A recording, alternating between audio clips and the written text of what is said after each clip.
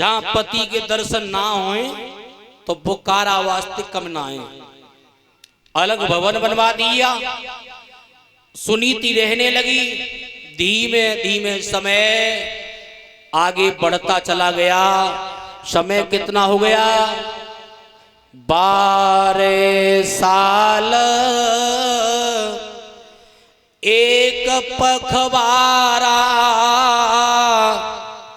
बाऊ रानी ने न जनो कुमारा। विधि की गति काऊ नहीं जानी और छोटी बांझ रही गई रानी।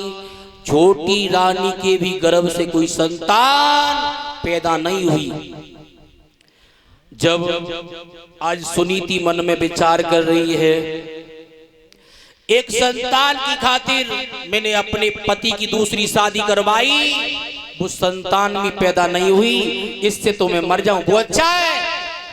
आज श्रोता बंधुओं, अंधियारी रात्रि है, हाथ से हाथ नहीं दिखाई दे रहा है।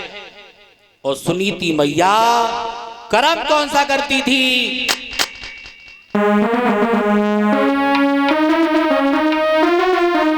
अरे झुकी अंधिरिया रे राती और जेल सहरे बाहर कड़ी आई।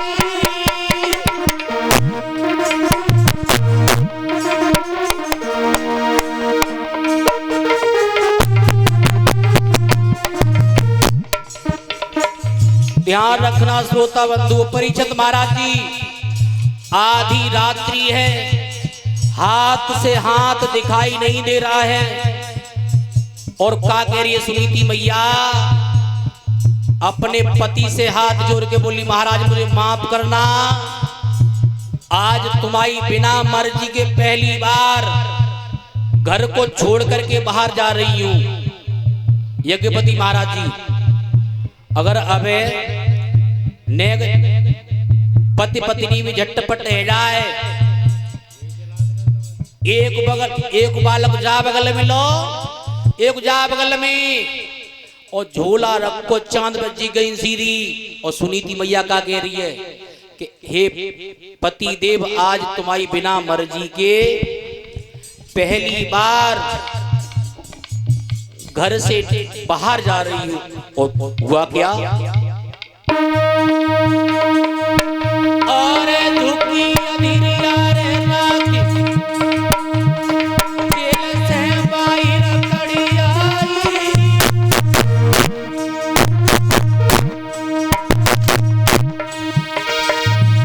जन्मो नहीं राजा कुमार नहीं है, मैया बिलखाई।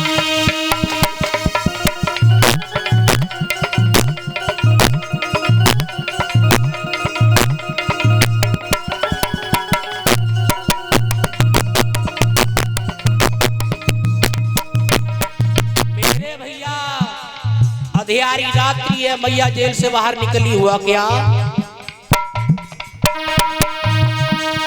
अरे भैया जंगल में ठाड़ी,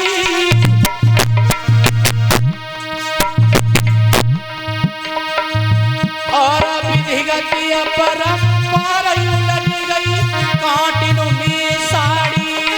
भैया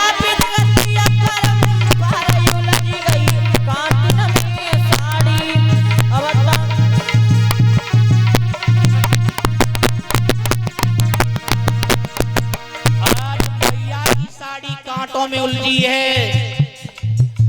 और विधि का विधान हुआ क्या?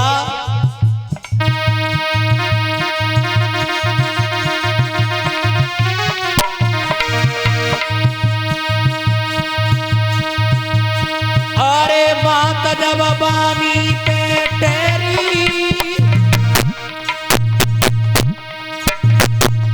भैया बादल करके आई गयो तेरी।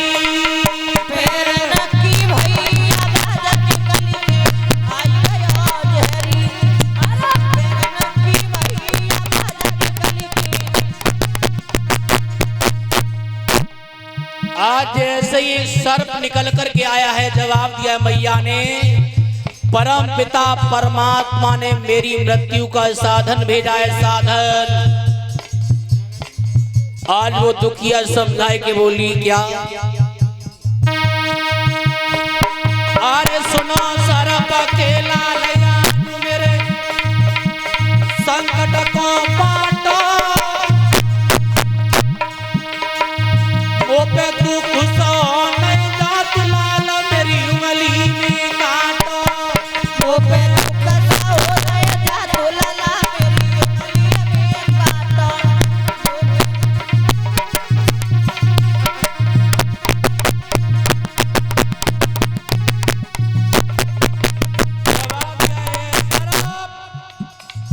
मेरी उंगली में फन मार दे। जवाब दिया है, तू कौन है, कहां की रहने वाली है, तेरे ससुर का नाम क्या, तेरे पति का नाम क्या, जंगल में क्या कर रही है। तो आज सुनीति मैया अपना इंट्रोडक्शन दे रही है राहुल भैया, कैसे, अरे मनु पिता ही ससुर हमारे और उत्तल पाद मेरे भरतारी, और सुनीति नाम हमारो कहिए कर नए जन्म हुई राजकुमारी।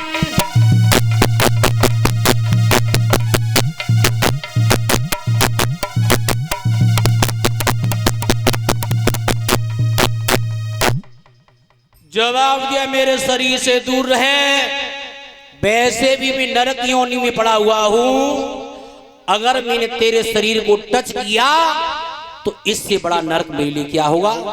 इतनी बात कहकर के सर्प अपनी बामी में प्रवेश कर गया। बोली गोविंद भगवान की। सुनीति मैया आगे बढ़ी, विचार कर रही है, हे परम पिता परमात्मा, ऐसे कौन से कर्म बिगड़ गए जिससे संतान का मुख देखने के लिए नहीं मिला। आगे पहुंची, सामने से देव ऋषि नारद बीड़ा को बजाते हुए आए हैं। देव ऋषि नारद ने की, कौन, जैसे ही पास में आए सुनीति, तुम, हाँ महाराज, मेरे संतान पैदा नहीं हुई, मैं मरना चाहती हूं, अगर संतान पैदा हो जाए तो।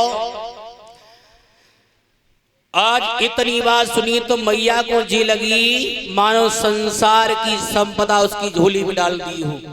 महाराज, मेरे संतान पैदा हो जावे, चली जा घर, तेरे संतान अवश्य पैदा होगी। जवाब दिया है, महाराज, आज वो मालूम पड़ गई कि महात्मा झूठ बोलते हैं। क्यों? एक बात मालूम ना है तुम्हें क्या, सुनो, अरे 12 बरस को समय भो पति की सूरत नहीं लखी।